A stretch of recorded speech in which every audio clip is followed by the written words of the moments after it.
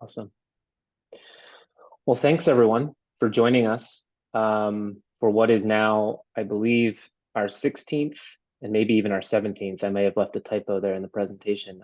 AgTech webinar and exchange with AMEA. We really appreciate the small group that's joining us today. And as you all know, we'll be recording this webinar. So for those who might be watching it in recording, or for the rest of you here live, please feel free to share it, and it'll be available on the AMEA website once we've completed the webinar. So you can go to the next slide, Anne-Marie, please. So just as I do to kind of bookend these webinars, just a reminder that these are put on by the AgTech working group at AMEA.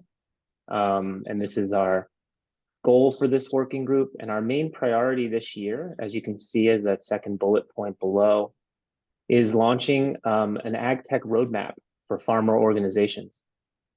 And really looking at what are the right bundles or digital tools and technologies that farm organizations at different point in their business growth and capacity development journey are right for them, are appropriate, but also provide them with an opportunity to continue to find ways to disrupt the status quo in agricultural markets and be competitive. So with that, we can go to this next slide. Thanks, Anne-Marie. And I just want to thank the L-IFT team and the FINBIT development team as well for joining us today and putting on this webinar. So with that, I'm going to pass it to you, Anne-Marie, and let you take us through an introduction and a presentation with the rest of your team. Good afternoon or morning, wherever you are. We're happy to present about FINBIT and LIFT services. And I pass on the word to Frey, who will introduce our team. Thank you very much, Anne-Marie. So we have Anne-Marie van Swinderen here today, our Managing Director and founder of LIFT. We have Haymanut Yibeltal, our Technology Manager. We have Melali Sinube, our Project Manager. We have Joan Kamau, our Data Manager. And I myself, Freyot Sinushaw, I'm a Program Coordinator, and I am based in Ethiopia. Thank you all for being here today. Okay, so I will start by discussing about LIFT's history. I will be focusing mainly on our past projects or assignments that we've done so far. On the next slide here, as we can see, we have this reach across the globe. So we are active across 18 countries in Africa, Asia, and Latin America. And as we can see here, most of the countries being in Africa. And the ones in greens are where we are currently working in, where we have our projects right now at the moment. On the next slide, we can have a look at our different projects that we've done. So LIFT worked on 4 major teams. So all of our projects will be falling under this whole team, the 4 teams. So the first one is the youth. So we've done several projects working with youth and also about young people, about their incomes, jobs, and also building up their careers. We've also done on product development team. So we have worked with many microfinance institutions to help them to design like appropriate services for the underserved people. And as for the other one is the digital finance. So we worked on studies and interventions to make digital finance more useful for people. And we've also enabled different organizations to kind of better listen to their clients and also learn from their clients or from their customers' experiences. The next slide. So if you'd like to see like the details of our projects, you can have a look at our website on our projects page. But among all of the projects that we've done so far, the largest one is the Small Farm Diaries project. So it's actually taking place in 7 countries at the moment. It's funded by Bill and Melinda Gates Foundation, the MasterCard Center for Inclusive Growth, and also with several other ones. And we are working on it in partnership with the New York University, the FI Wing, which is the Financial Access Initiative one.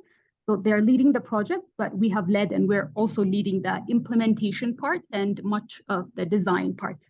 So this project is actually providing, many findings, to help us really understand and support this small businesses found in these countries and also creating approaches for financial inclusion.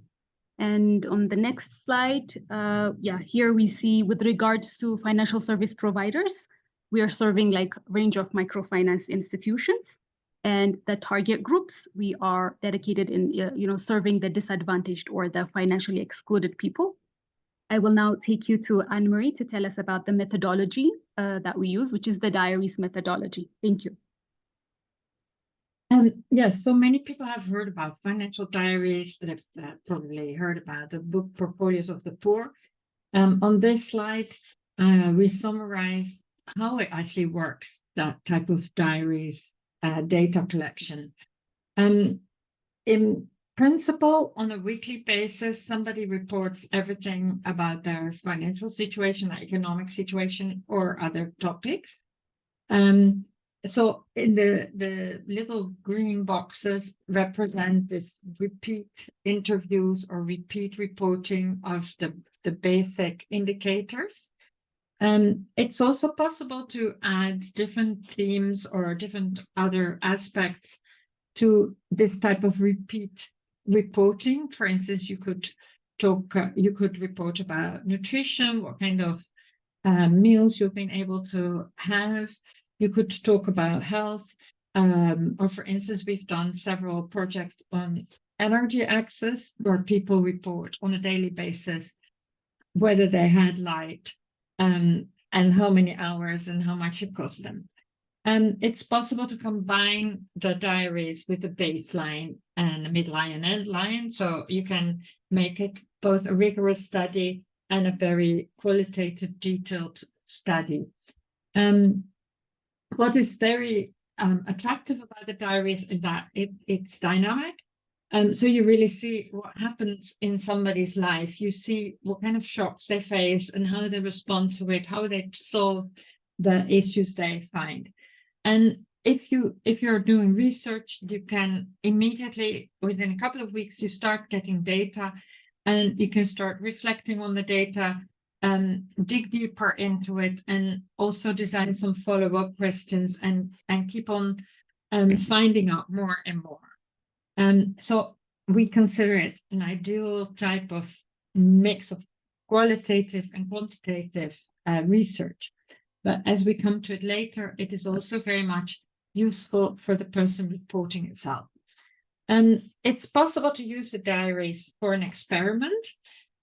So you could start a diary so you get to know the people already. You already build the trust with them. You have a good relationship, and people start to report more and more precisely and realistically. And you could then introduce the experiment with a subgroup of the people who are reporting, and you can see in the diaries how people experience the experiment or the intervention, maybe get suggestions from them how to further improve it. And after the experiment is completed, you can start seeing if there's differences between the people who were part of the intervention and who were not. So it's you could say that is A/B testing, like you trialed something for your program, and it can be almost like a full research. And we've used it a lot for product development together with financial service providers, where people themselves can contribute to give input to the financial service provider, how they could better reach them, how they could be served better. And the diaries could then also test the new product, and the same people could then give feedback if indeed this is working for them and how it could be further improved. And Heimanot is going to share with you how the technology works. All right. Welcome, everyone. Good morning or good afternoon, based on where you are. My name is Heimanot. I'm the technology manager. I'm going to be talking about the technology. We started basically from needing the technology for the diaries research purpose that we have been doing. And mainly, the technology has three main components. There is an Android app in which we collect data from the field, and people will get financial insights, financial surveys, or basically any kind of surveys. The second main component is the console. This is web-based. So on the web-based console, the people who are working with us, basically clients, might be business development service, or it might be farmer organizations, will get a web-based access to basically design their research or maybe different kind of projects or so on. And finally, there is a portal in which we can use it for visualization and analysis of data that's coming from the field. So that gives you basically an easy access to see what's going on in the field, if there are a lot of different patterns developing or different kind of understands you might easily get. I'll explain in a bit of detail under each section. Okay. So the Android app, we have two main components in it. So the main purpose is to collect financial diaries. So it has a finance part. That's the main section. On the finance part, in the beginning, when you download the app, all you have to do is basically how are you making money. So you set up your income source.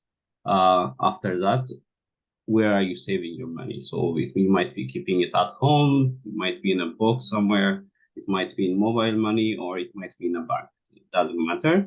You just register that. In addition to that, if you have different assets you'd like to keep track or loans, you can basically set it up at the beginning. Once that's done, you go to the report section anytime you have a transaction to report. So maybe you got an income, maybe sometimes you got an expense, you withdrew money from your account, or sometimes you paid a loan. So you just report this part on the reporting section. Finally, the important part is you get insights about the data that you have already entered. So maybe it can give you a summary of how much you have made in per month, per week, how much you have spent, where you have spent most of the money, how is your expense compared to your incomes, and so on. You can see it in this analysis section. The second main component is a survey. So here you can design different dynamic surveys that complement the financial data you're collecting. So based on the financial services information you already have about your partners, your beneficiaries, maybe for you farmers, based on that, you can basically design different surveys that can get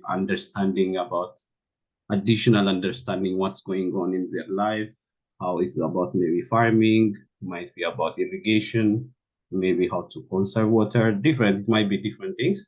You can complement it, and both of these reports in the end will be displayed on the portal, basically to give you an easier understanding. Next slide. So here, just to show you visually how it looks like. At the beginning, you can see income source. So you just type the name, the type of income source. So if you are working in agriculture, maybe if it's a business, if you are employed, sometimes it can be non-work. It doesn't matter. You just set it up at the beginning, just simply like this.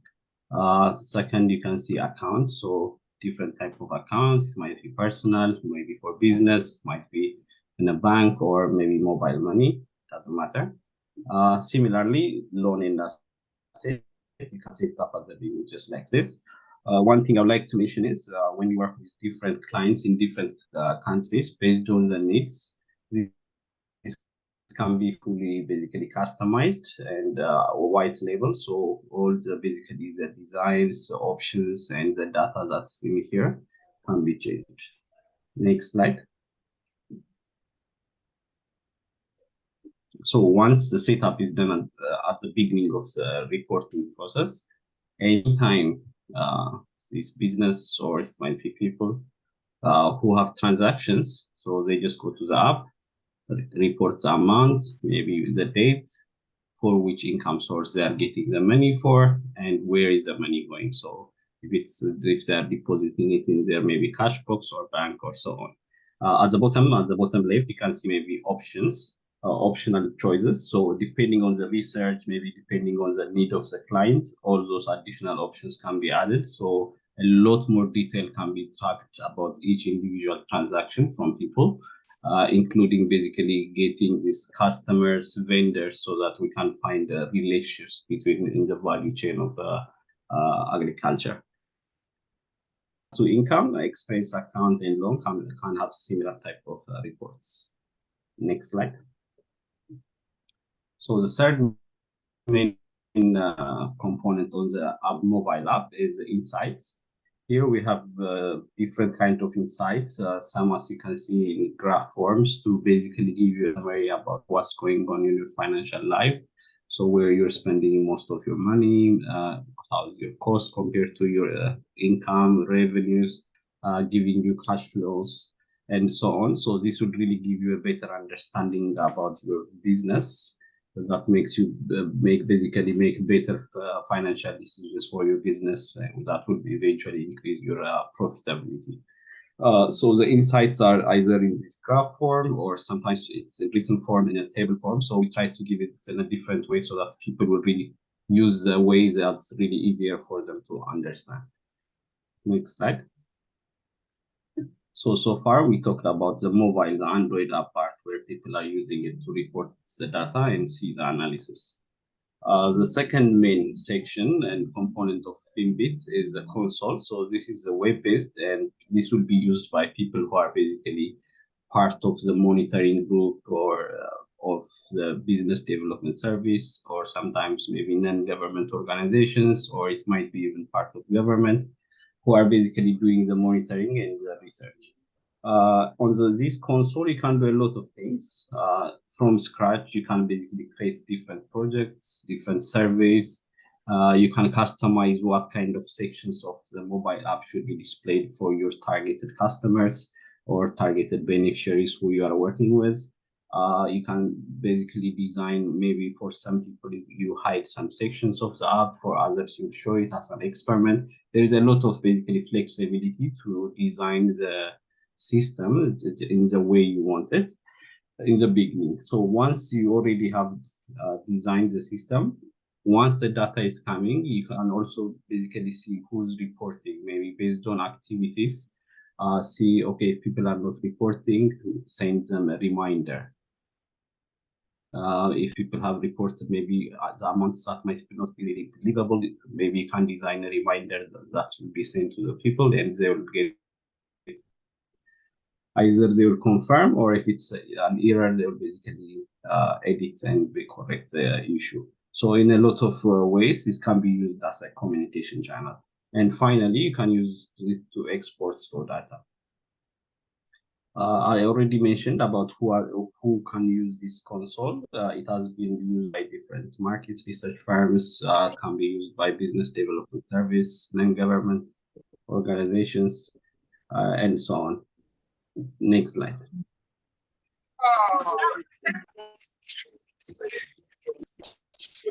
So the third main component in our FINBIT system, the first was the Android app, second was the console, the third main one is portal. This is more about visualization of the data that's coming from the field. So it can be either aggregate, so basically if you have 1,000 or 5,000 users, the aggregate data, anonymized, so you will not be able to basically identify people based on their names or maybe business name and so on. Anonymized, segmented by a lot of different indicators that will help you basically get understanding about different kind of patterns that has happened in the field, so that you can take an action. Or if you want to go deeper at an individual level, you can go to the case study section and see people individual lot of detailed transactions, histories, to basically help that individual in a lot of different ways, maybe with advice or a different kind of help. Next slide.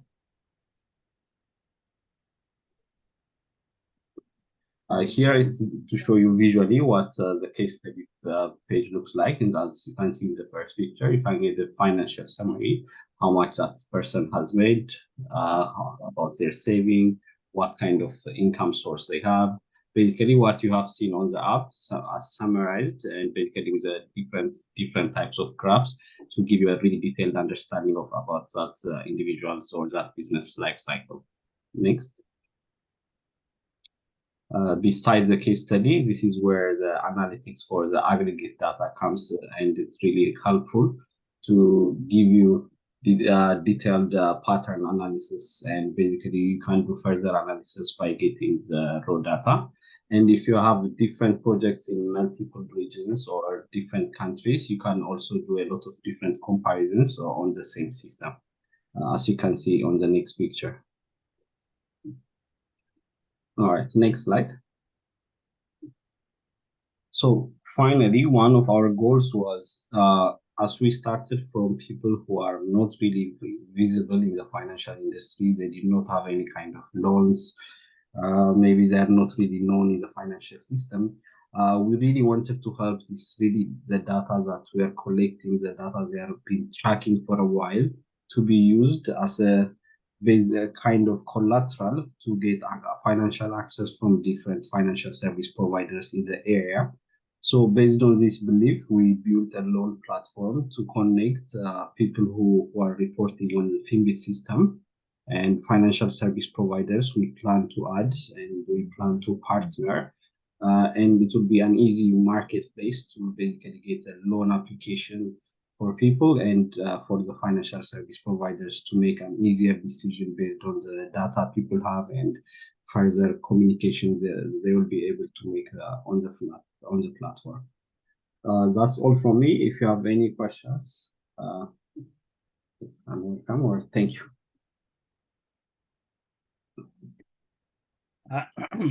Thank you very much, Haymanot.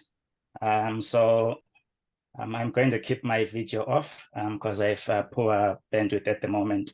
So I'm going to speak more about the purpose and adaptation of financial diaries. Next slide. So one central diary system can serve many or all financial service providers and organizations in a country. It can be used to understand customers and to identify different segmentations. As you monitor the incoming data, you get to know more about the customers, and you can identify different segmentations such as age, gender, geographic location, and such. And then you can also measure customer satisfaction, for example, by sending out surveys to the respondents.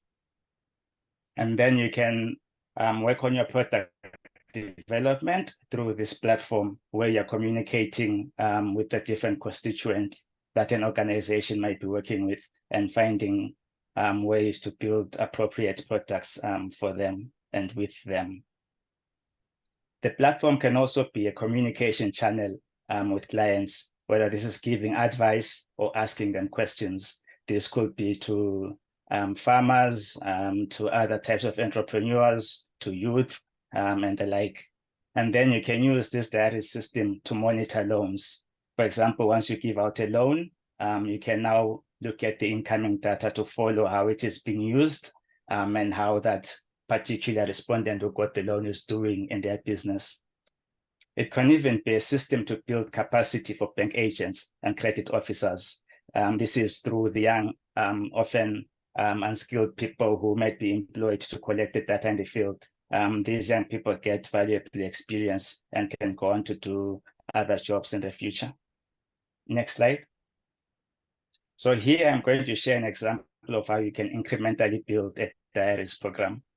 Firstly, you could start off with a small sample of diaries, for example, 100 diaries, and then a business development services provider can also join with some more members and begin to offer its services to this group. Value chain organizations can also come in and also bring in other businesses and their services to this group. And once you have a group like this one, it becomes attractive to financial service providers so that they can join and also support all these constituents. So here you can successfully build an ecosystem through one single platform. Next slide.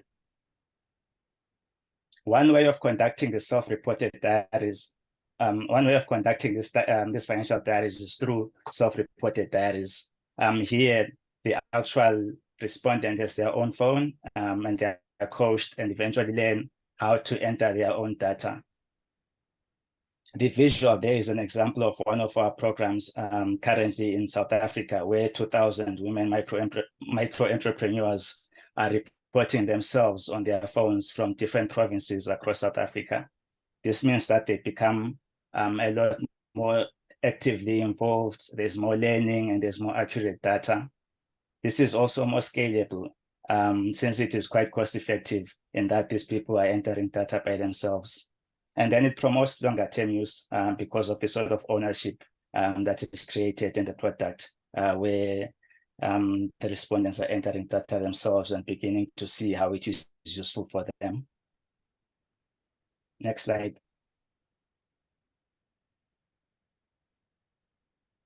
Diaries are really important because they are promoting the data empowerment of businesses. They are helping these businesses to know more about their own businesses. On the visual there, you can see an example of how a business might be recording its financial transactions on a notebook or on a paper, just listing incomes and listing expenses and the like. But when you add on FINBIT, and the respondents are actually entering their data on the FINBIT, it begins to speak back to them as they can see different visualizations and different analysis. For example, there they can see a makeup of their different expenses in a pie chart, which quickly shows them where most of their money is going and where they need to improve. Another example there is where you can see a paragraph that is showing a loan given against a loan taken to see and monitor things like loans that they've taken or given to someone. So the data begins to speak back to the user once you're using a system like FINBIT.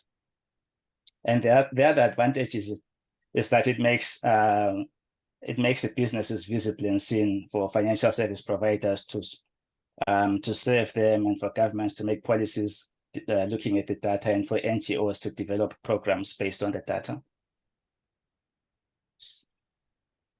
So next, I'll invite John, my colleague, to speak about the loan platform and credit scoring.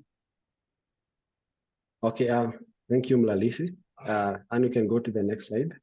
So I might not have mentioned that we are currently building this loan platform, and it's going to be a marketplace for loans for the FINBIT users as well as the banks.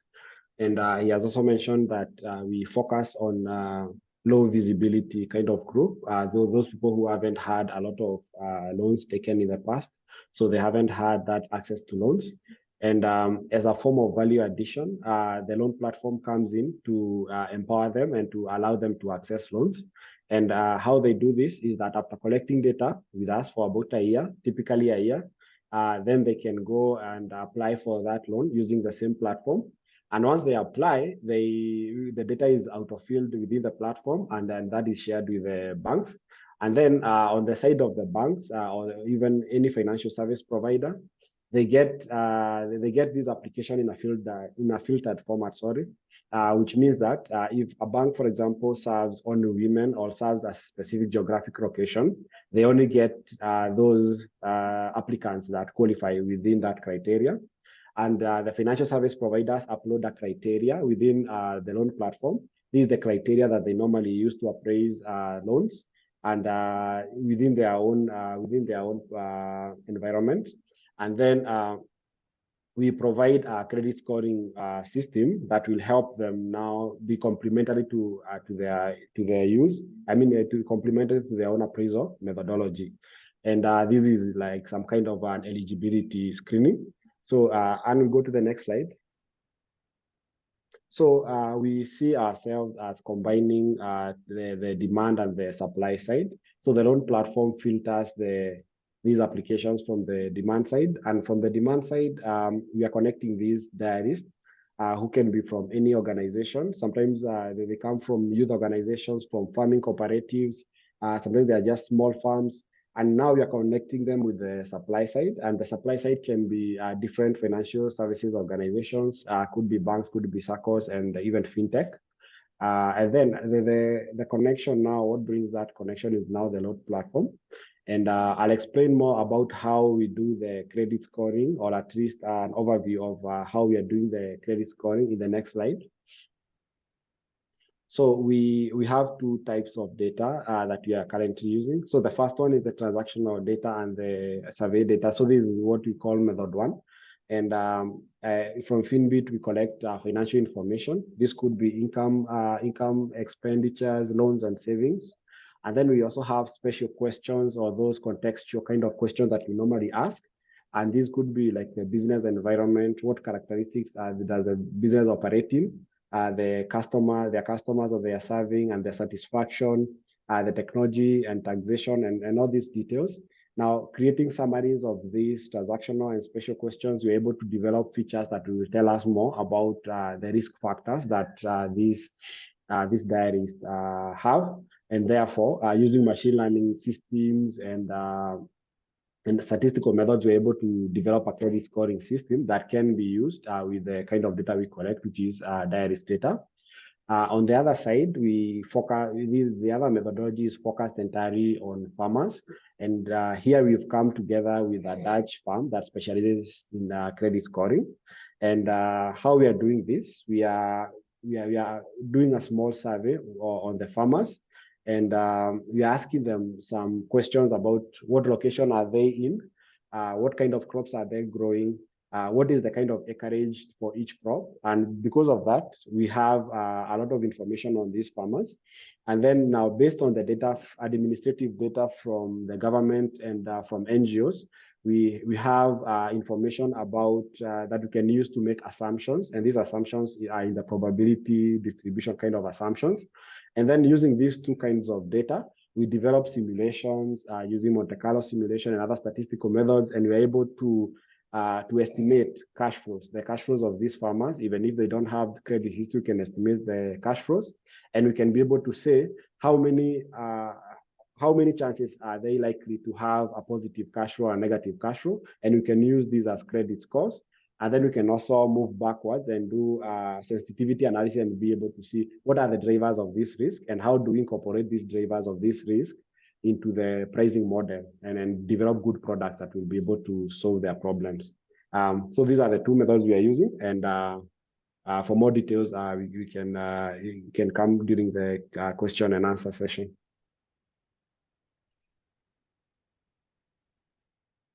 All Hey, right. can I invite you? Yes. Thank you, Annie.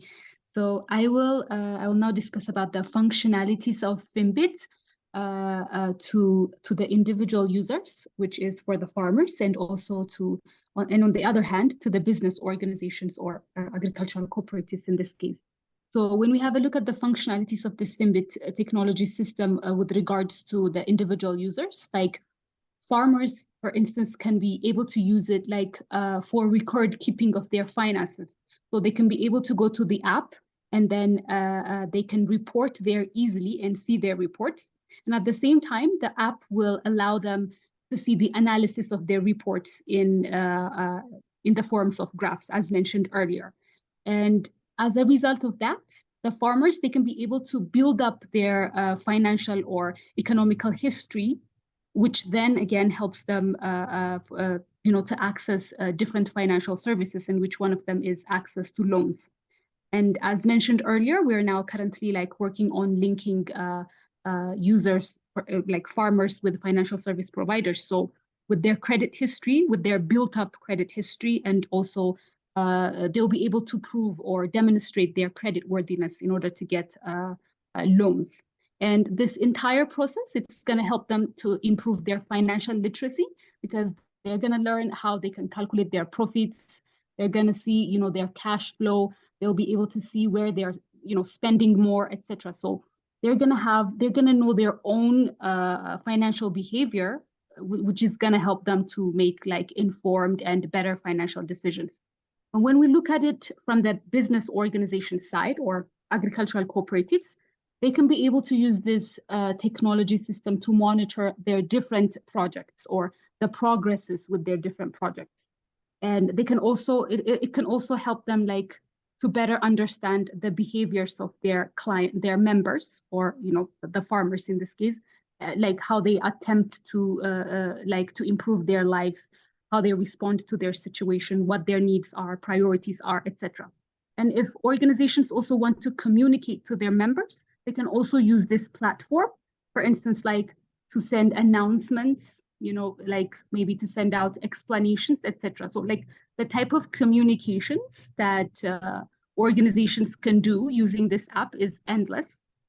And organizations can also use this channel to provide online trainings, like they can send, educational audios, videos, and if they want to send out, like test what the people remember of a training, for instance, that took 2 or 3 days before, they can send out quizzes, etc. And as for participant satisfaction of services, this is going to help organizations to know about their participants, like which part of the program the participant liked, which they didn't, what was relevant to them, what could be applied, etc. And as for the last one, which is the impact measurement, it's going to help organizations to measure, for instance, like training results, like what type of information that people remember out of trainings, what advice they actually took, etc. And on the next slide, we can see that. Okay, I'm going to interrupt you. We're running a little bit out of time, so I'm going to go straight to the 2 slides that Maëlys still has. Okay, perfect, good. Maëlys?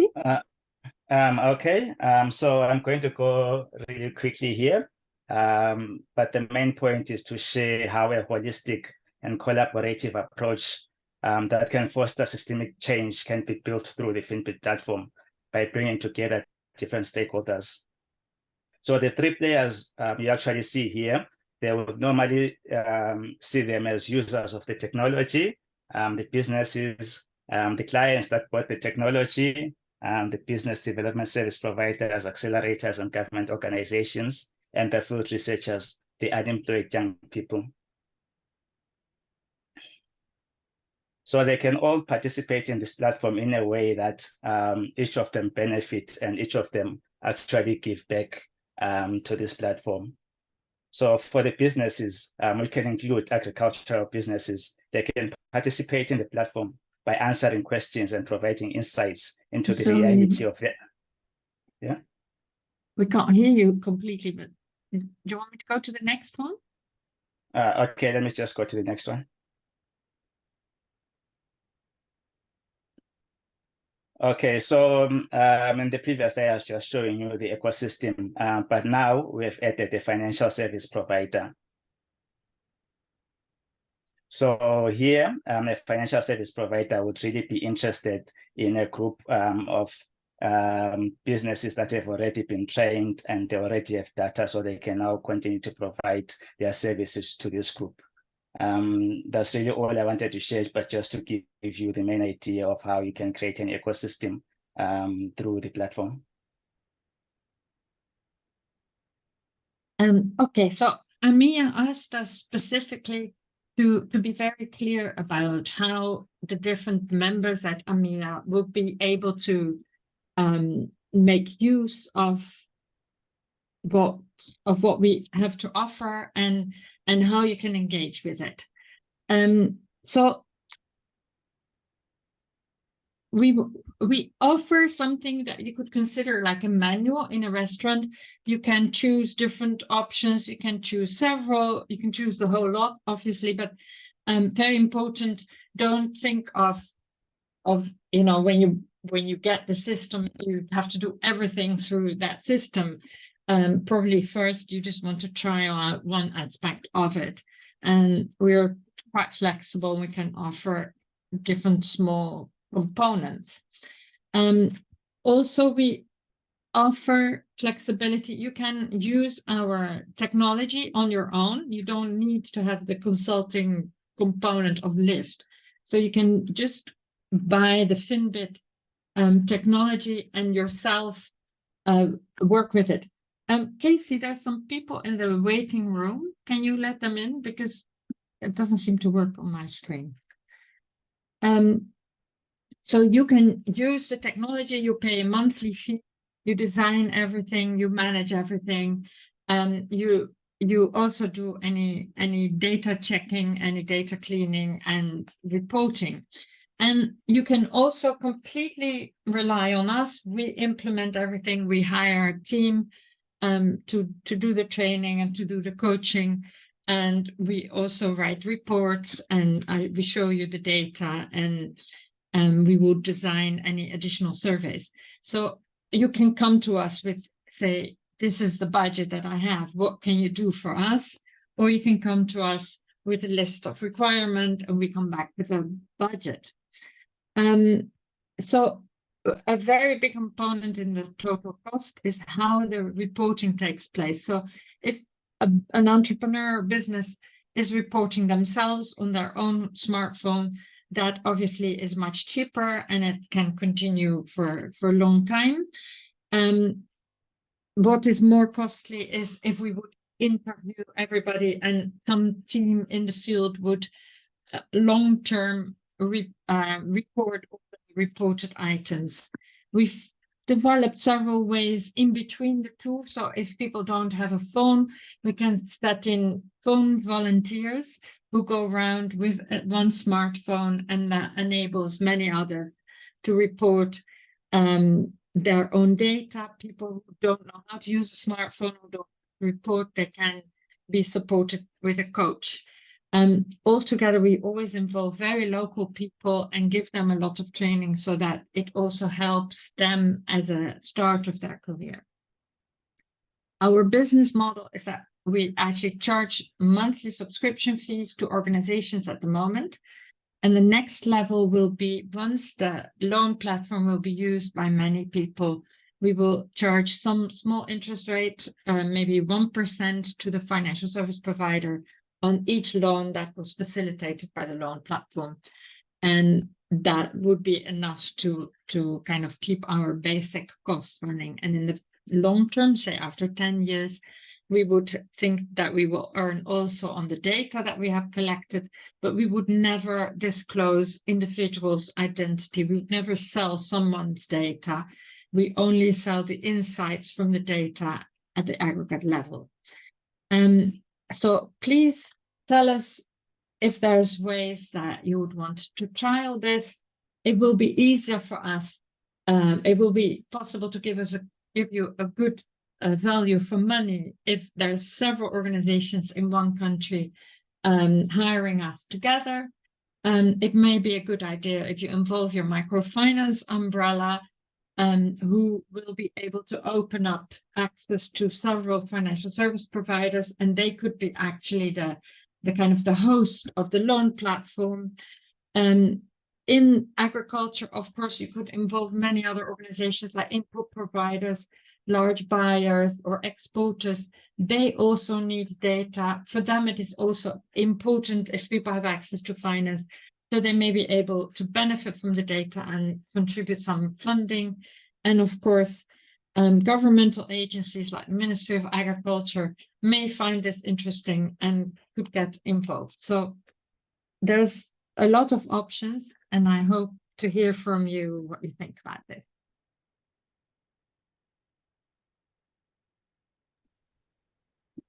Thank you, Anne-Marie. Thank you, team. Appreciate the level of detail and the presentation. Yeah, I don't believe we have people in the waiting room. I think it was just those who were trying to get connection. The internet was being a little funny, so sometimes that blocks people in the waiting room. Sorry, your audio is not very good. Sorry?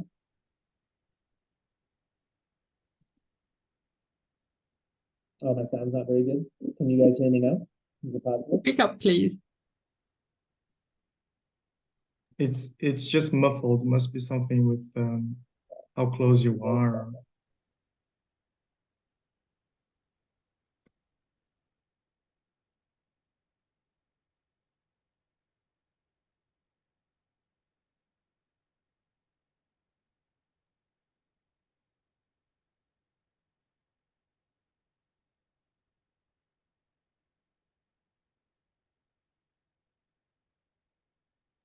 Is that better?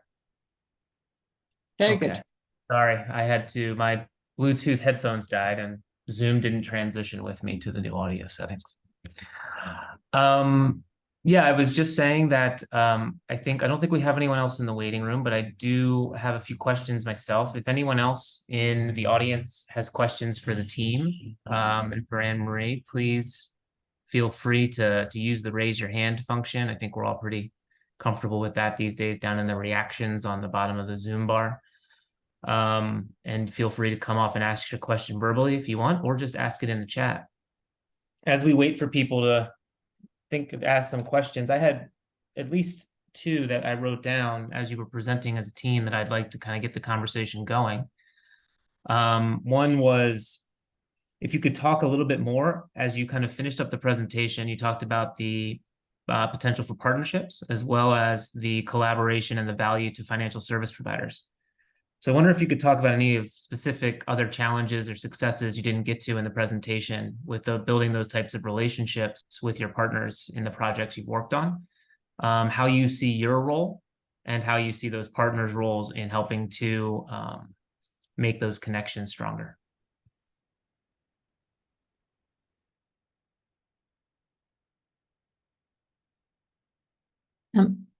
Sorry, Casey, could you say it again? Because I didn't see that question in the list. It's not in the list. I'm asking the question. Okay. So what challenges and successes have you had connecting your tools, your technology, through partnership to finance? So unlocking actual finance, and maybe talking about the challenges and successes you've had in that area.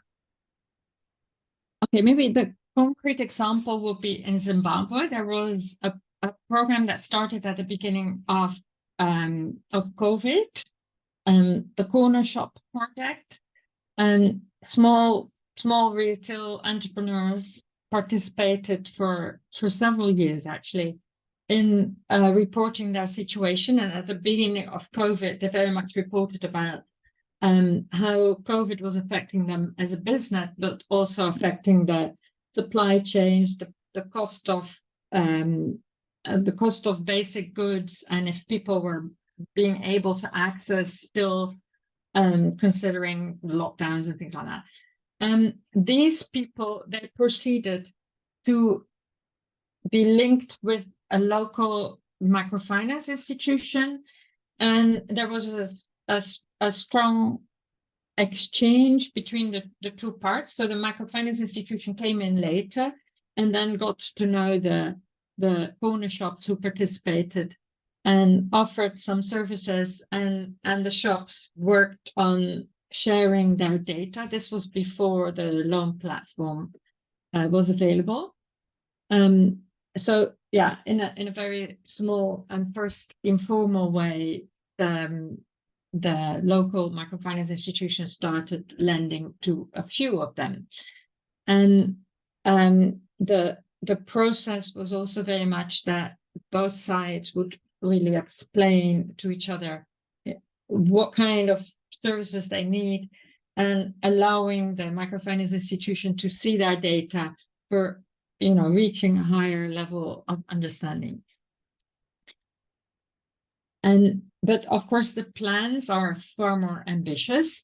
And for instance, the different projects in South Africa, that client very much wants to keep the entrepreneurs very focused first on record keeping alone.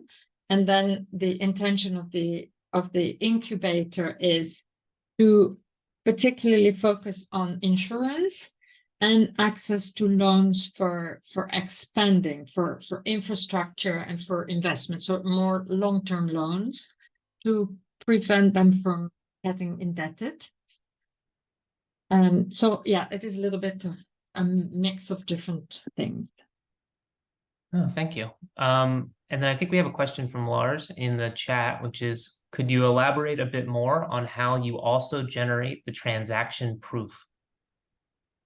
How we can an FSP get an idea and verify the truth behind the entered data. So how would that financial service provider be able to trust or ensure that data is accurate if it's self-reported? We actually just published a blog about this, or I'll check if it's published already, and I'll put the link in. But Heimanot, could you answer the question?